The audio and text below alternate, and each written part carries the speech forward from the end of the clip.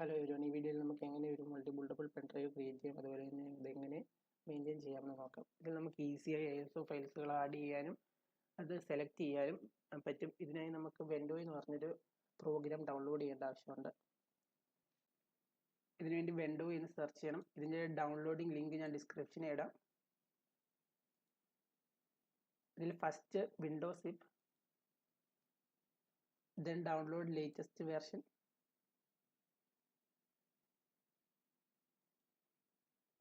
ഇനി file extract ചെയ്യണം.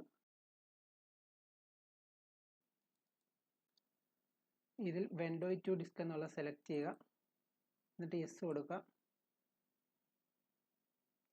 First കഴിഞ്ഞ് ഓപ്ഷൻസിൽ സെക്യൂർ ബൂട്ട് സപ്പോർട്ട് എന്നുള്ളത് എനേബിൾ ആണോ എന്ന് കൺഫേം ആക്കുക. അതിനുശേഷം നമുക്കിവിടെ ഏതൊക്കെ external pendrive storage device connected ആയിട്ടുണ്ടെന്ന് കാണിക്കും.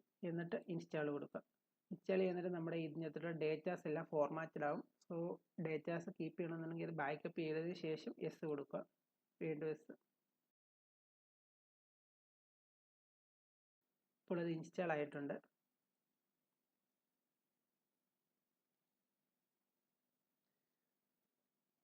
ഇപ്പോൾ വെൻഡോ എന്ന് പറഞ്ഞൊരു ഡ്രൈവർ ക്രിയേറ്റ് ആയിട്ടുണ്ട്. ഇനി ഇതിലേക്ക് നമുക്ക് ISO ഫയൽസുകൾ ആഡ് ചെയ്യണം. ഫസ്റ്റ് കഴിഞ്ഞ് HPCD എന്ന് പറഞ്ഞൊരു ISO ഫയലുണ്ട്. ഇന്നൊരു വിൻഡോസ് ലൈക്ക് ഇൻ്റർഫേസ് ഉള്ളൊരു ഓപ്പറേറ്റിംഗ് സിസ്റ്റമാണ്. വളരെ യൂസ്ഫുൾ ആണ്. ഇതിൻ്റെ ലിങ്ക് ഞാൻ ഡിസ്ക്രിപ്ഷനിൽ ഇടാം. ഞാൻ ഓൾറെഡി കുറച്ച് ഓപ്പറേറ്റിംഗ് സിസ്റ്റംസ് ഡൗൺലോഡ് ചെയ്ത് വെച്ചിട്ടുണ്ട്. ഇനി ഇത് വെൻഡോയുടെ ഫോൾഡറിലേക്ക് കോപ്പി ചെയ്യാം.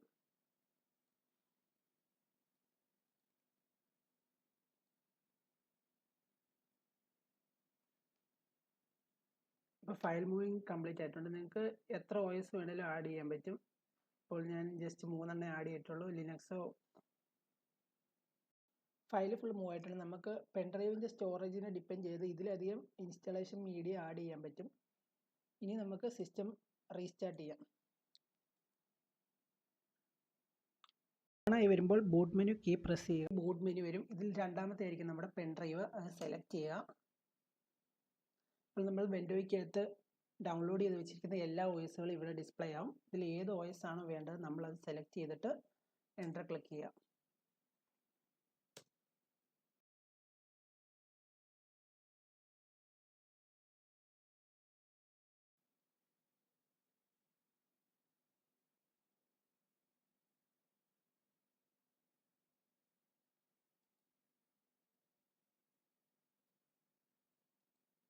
വെൻഡോയുടെ തീംസ് നമുക്ക് ചേഞ്ച് ചെയ്യാം.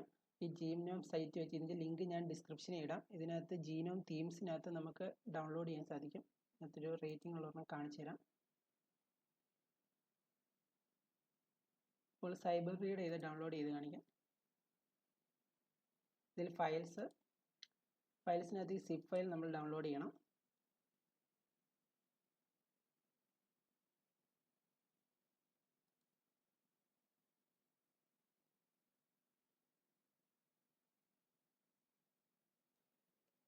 ഇപ്പോൾ ഡൗൺലോഡ് ആയ സിപ്പ് ഫയൽ എക്സ്ട്രാക്ട് ചെയ്യുക. അതിനുശേഷം ഇത് കോപ്പി ചെയ്ത് നമ്മുടെ വെൻഡോയി മെയിൻ ഡ്രൈവറിൽ പേസ്റ്റ് ചെയ്യുക. ഇനി സിസ്റ്റം ഷട്ട് ഡൗൺ ആക്കി തീം സപ്ലൈ ആയോ എന്ന് ചെക്ക് ചെയ്യുക.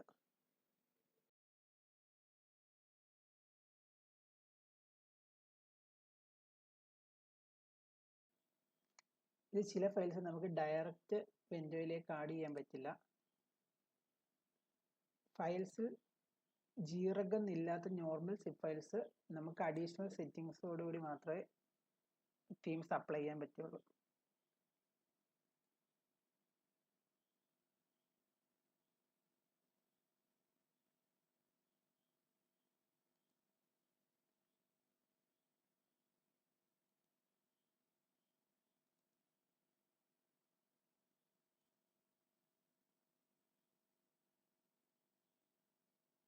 വെൻഡോയുടെ ഡ്രൈവറിൻ്റെ പുതിയ ഫോൾഡർ ക്രിയേറ്റ് ചെയ്യേണ്ട ആവശ്യമുണ്ട്.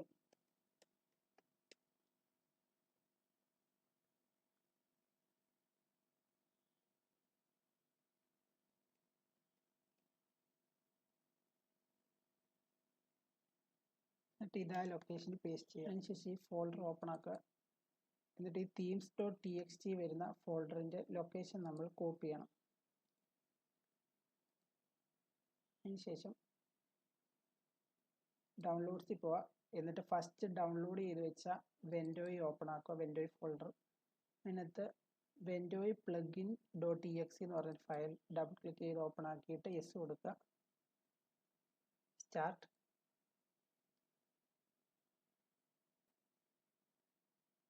എന്നിട്ട് അതിന് ശേഷം ഇവിടെ തീംസിനകത്ത് ആഡ് ചെയ്യുക. എന്നിട്ട് ഈ ലൊക്കേഷൻ പേസ്റ്റ് ചെയ്യുക.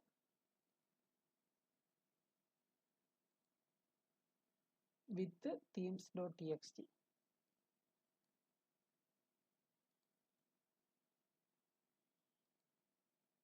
Click okay.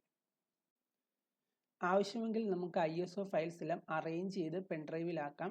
അതിനുവേണ്ടി ഗ്ലോബൽ കൺട്രോൾ പ്ലഗിൻസിൽ സെർച്ച് റൂട്ടിൽ ആഡ് ചെയ്യാം.